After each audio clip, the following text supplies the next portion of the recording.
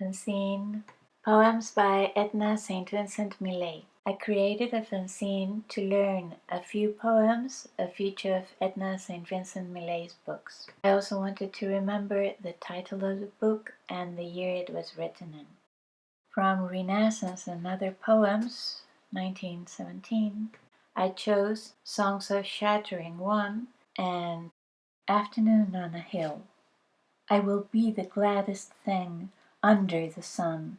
I will touch 100 flowers and not pick one. I will look at cliffs and clouds with quiet eyes, watch the wind bow down the grass and the grass rise.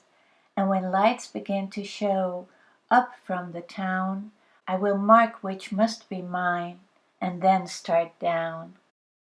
From A Few Figs from Thistles, written in 1920, I chose First Fig. I recorded a separate video saying this poem. And Recuerdo. We were very tired, we were very merry. We had gone back and forth all night on the ferry. It was bare and bright, and smelt like a stable. But we looked into a fire, we leaned across a table.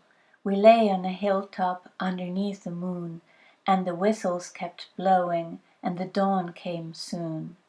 We were very tired, we were very merry.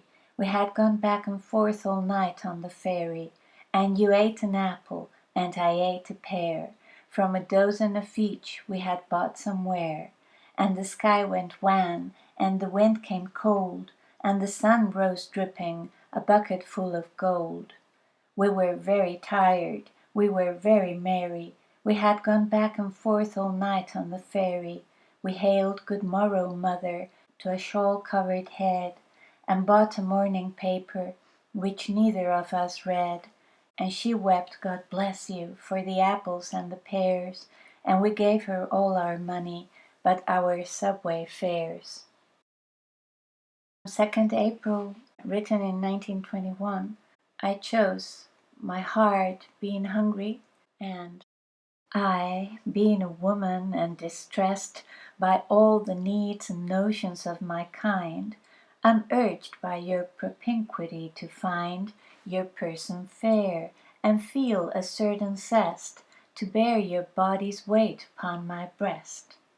So subtly is the fume of life designed to clarify the pulse and cloud the mind, and leave me once again undone, possessed. Think not for this, however, the poor treason of my stout blood against my staggering brain. I shall remember you with love, or season my scorn with pity. Let me make it plain. I find this frenzy insufficient reason for conversation when we meet again. I included a third poem too. Oh, oh, you will be sorry for that word.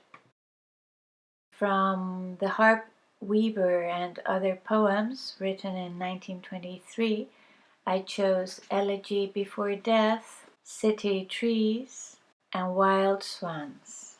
I read them often because I love them, and they remind me of who Edna was and her wonderful work.